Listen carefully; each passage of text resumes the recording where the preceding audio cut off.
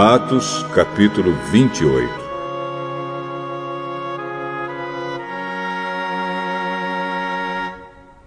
Quando já estávamos em terra, sãos e salvos, soubemos que a ilha se chamava Malta. Os moradores dali nos trataram com muita bondade.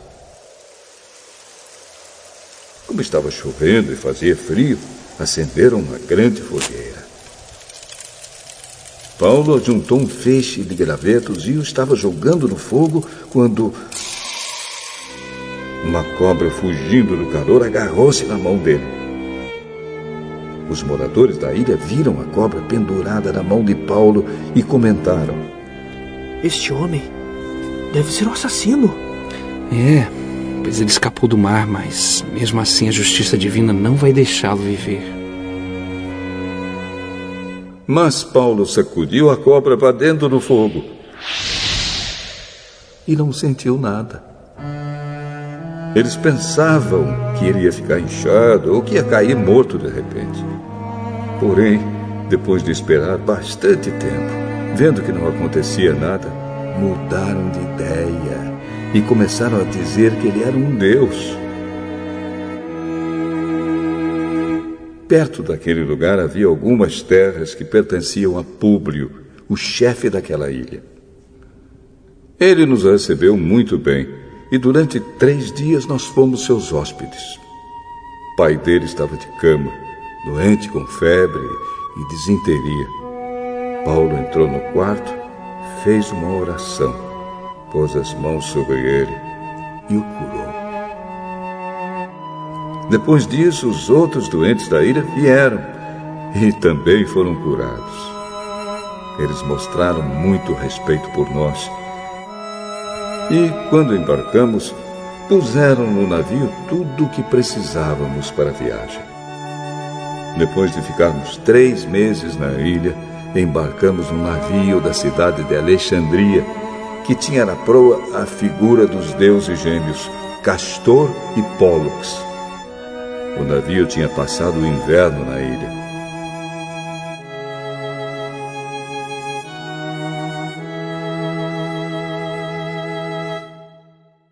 Nós chegamos à cidade de Siracusa, onde ficamos 3 dias. Dali seguimos viagem e chegamos à cidade de Régio. No dia seguinte, o vento começou a soprar do sul e em 2 dias chegamos a Pozzuoli. Nessa cidade encontramos alguns cristãos que nos pediram que ficássemos com eles 1 semana. E assim chegamos a Roma. Os irmãos de Roma tinham recebido a notícia da nossa chegada e foram se encontrar conosco nos povoados de Praça de Ápio e de 3 Vendas. Ao ver esses irmãos, Paulo agradeceu a Deus e se animou. Quando entramos em Roma, Paulo recebeu permissão para morar por sua conta, guardado por um soldado. 3 dias depois, Paulo convidou os líderes dos judeus de Roma para se encontrarem com ele. Quando estavam reunidos, ele disse: "Meus irmãos, eu não fiz nada contra o nosso povo, nem contra os costumes que recebemos dos nossos antepassados. Mesmo assim, eu fui preso em Jerusalém e entregue aos romanos. Eles me interrogaram e queriam me soltar, pois não acharam nenhum motivo para me condenar à morte. Mas os judeus não queriam que me soltassem. Por isso fui obrigado a pedir para ser julgado pelo imperador, embora eu não tenha nenhuma acusação para fazer contra o meu próprio povo. Foi por esse motivo que pedi para ver vocês e conversarmos. Estou preso com estas correntes de ferro por causa daquele que o povo de Israel espera." Então eles disseram: "Nós não recebemos nenhuma carta da Judéia a seu respeito. Também nenhum dos nossos irmãos veio de lá com qualquer notícia ou para falar mal de você. mas gostaríamos de ouvir você dizer o que pensa, pois sabemos que, de fato, em todos os lugares falam contra essa seita a qual você pertence. Então marcaram um dia com Paulo. Nesse dia, muitos deles foram ao lugar onde Paulo estava. Desde a manhã até a noite, Paulo anunciou a eles e explicou a mensagem sobre o reino de Deus. E, por meio da lei de Moisés e dos livros dos profetas, procurou convencê-los a respeito de Jesus.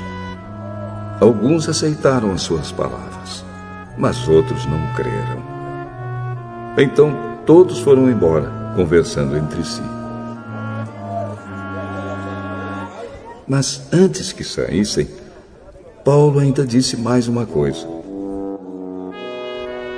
O Espírito Santo tinha razão quando falou por meio do profeta Isaías aos antepassados de vocês. Pois ele disse a Isaías: Vá e diga a essa gente: vocês ouvirão, mas não entenderão. Olharão, mas não enxergarão nada, pois a mente deste povo está fechada. Eles taparam os ouvidos e fecharam os olhos. Se eles não tivessem feito isso, os seus olhos poderiam ver e os seus ouvidos poderiam ouvir. A sua mente poderia entender e eles voltariam para mim e eu os curaria, disse Deus. E Paulo terminou dizendo: Pois fiquem sabendo que Deus mandou a mensagem de salvação para os não-judeus, e eles escutarão. Depois que Paulo disse isso, os judeus foram embora, discutindo com violência. Durante 2 anos, Paulo morou ali, numa casa alugada, e recebia todos os que iam vê-lo. Ele anunciava o reino de Deus e ensinava a respeito do Senhor Jesus Cristo, falando com toda coragem e liberdade.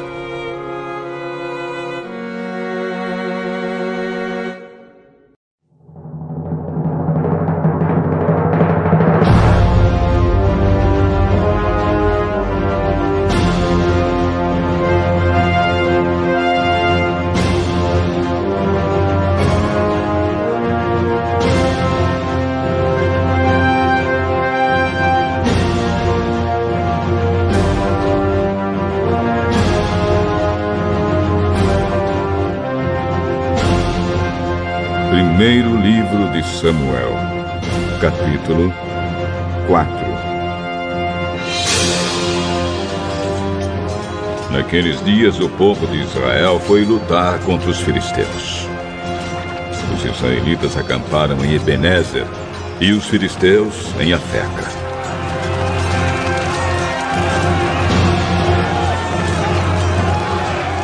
Os filisteus se aprontaram e entraram na luta.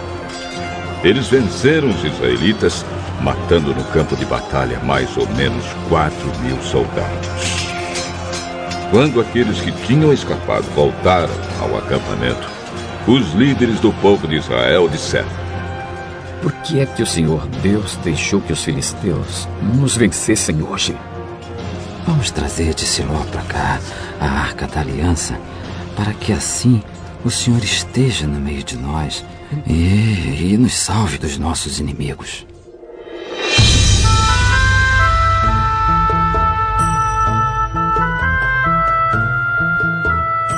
Então mandaram mensageiros a Siló para trazerem a Arca da Aliança do Senhor Todo-Poderoso, que se assenta no seu trono entre os querubins. E Hófni e Finéias, os 2 filhos de Eli, vieram junto com a arca. Quando a arca chegou, os israelitas gritaram tão alto que a terra tremeu. Os filisteus ouviram os gritos e disseram: Escutem esses gritos no acampamento dos hebreus. O que será que aconteceu?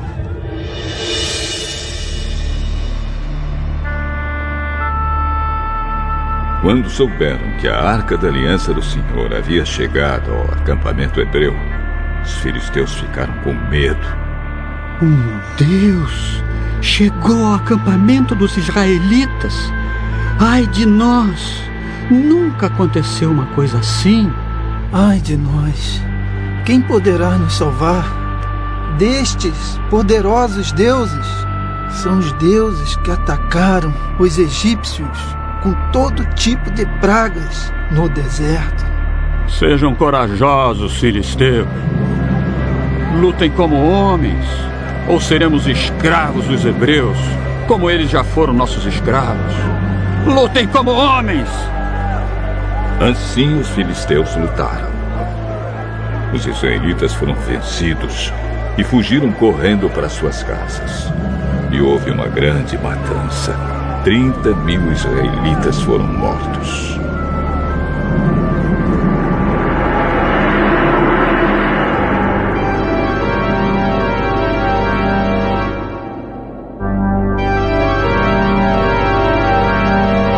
Então os filisteus tomaram a arca de Deus. E Ófni e Finéias, os filhos de Eli, foram mortos. Um homem da tribo de Benjamim correu desde o campo de batalha até Siló. E chegou lá no mesmo dia. Para mostrar sua tristeza, ele havia rasgado as suas roupas e posto terra na cabeça.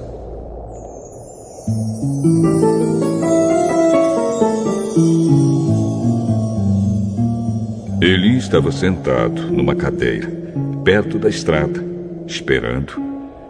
Ele estava muito preocupado com a Arca da Aliança. Quando o homem deu a notícia, toda a gente da cidade ficou apavorada e começou a chorar alto.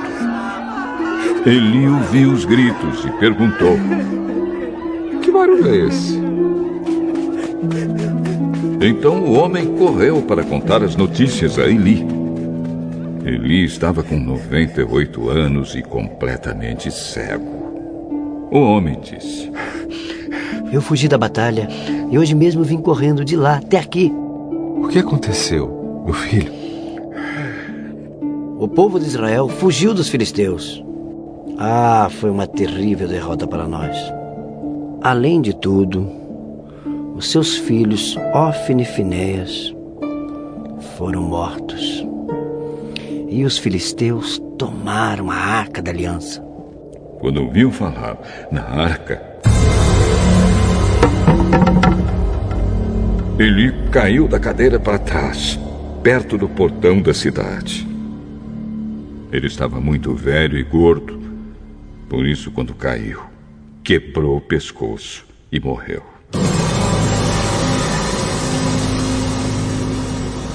Eli foi o líder do povo de Israel 40 anos.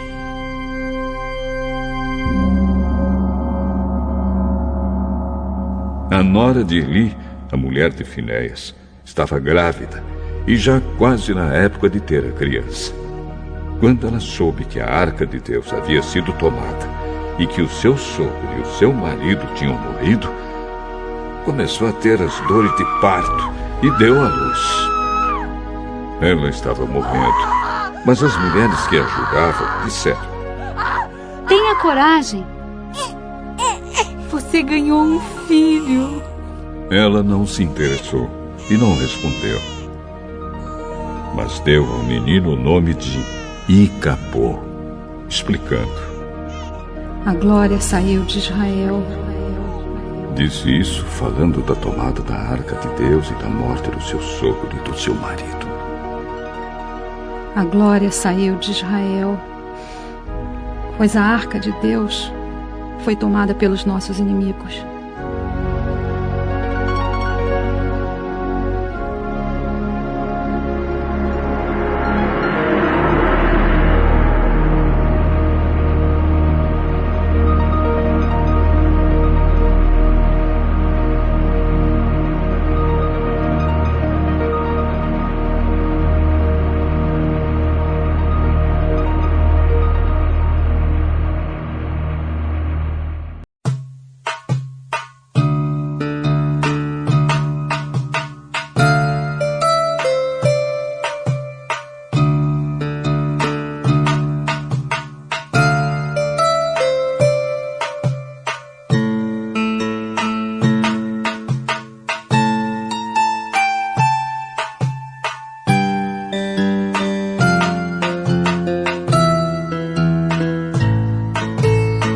Primeiro livro de Samuel, capítulo 5. Depois de tomarem a arca de Deus, os filisteus a levaram de Ebenezer para a cidade de Asdod. Eles a colocaram no templo do seu deus, Dagom, perto da sua imagem.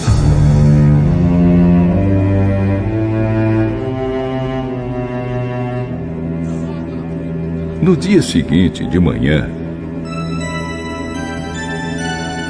os moradores de Asdod viram que a imagem de Dagom estava caída de cara no chão, na frente da Arca da Aliança. Então eles pegaram a imagem e a puseram de volta no seu lugar. No dia seguinte, de manhã, viram que ela estava caída de novo na frente da arca. A cabeça e os 2 braços da imagem estavam quebrados, caídos na soleira da porta. Somente o corpo estava inteiro.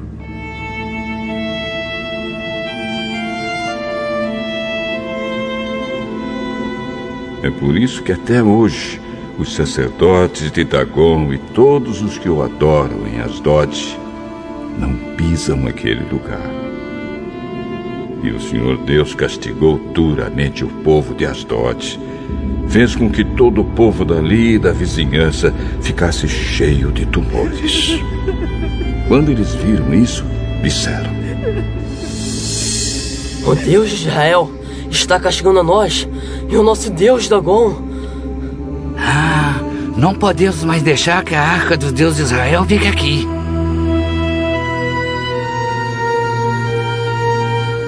Então mandaram que alguns mensageiros fossem chamar todos os 5 governadores filisteus e lhes perguntaram: Que vamos fazer com a arca do Deus de Israel? Levem para a cidade de Gate.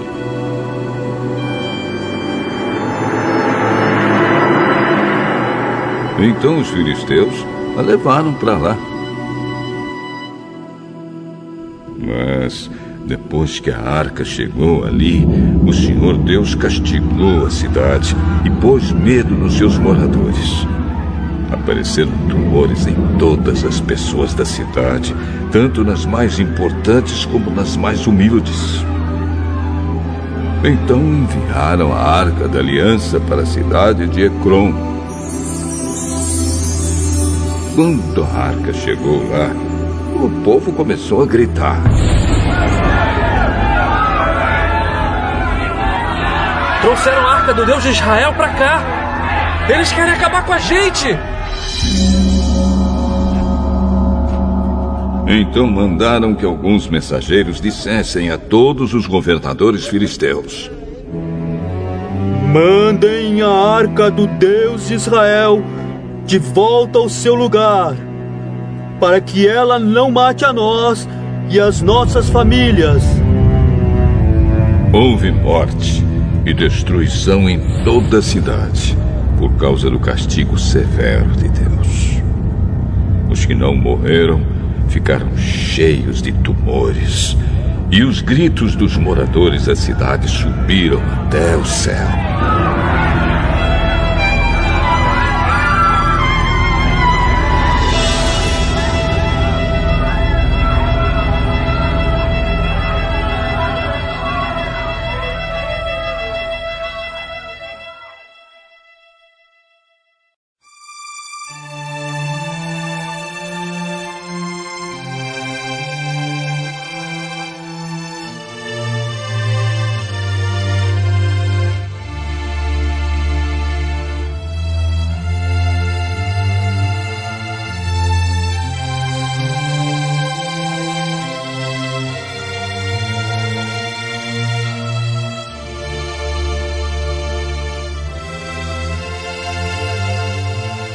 Salmo 52.